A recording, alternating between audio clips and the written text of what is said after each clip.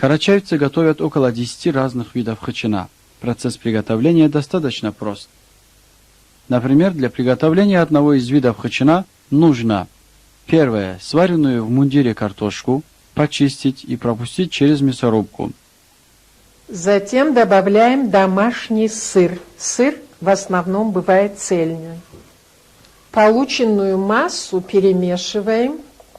Из готовой массы делаем шарики небольшие, и готова начинка для хачина. Затем берем заранее замешанное готовое тесто. Тоже делаем вот такие вот шарики. Тесто раздавливаем, вкладываем вовнутрь готовую начинку, собираем края теста, расправляем и раскатываем тесто с начинкой.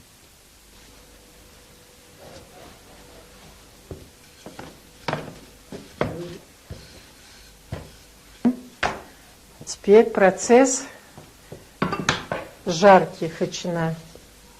Жарим на кипяченом подсолнечном масле минут 5-6. При жарке хачин обязательно нужно переворачивать несколько раз.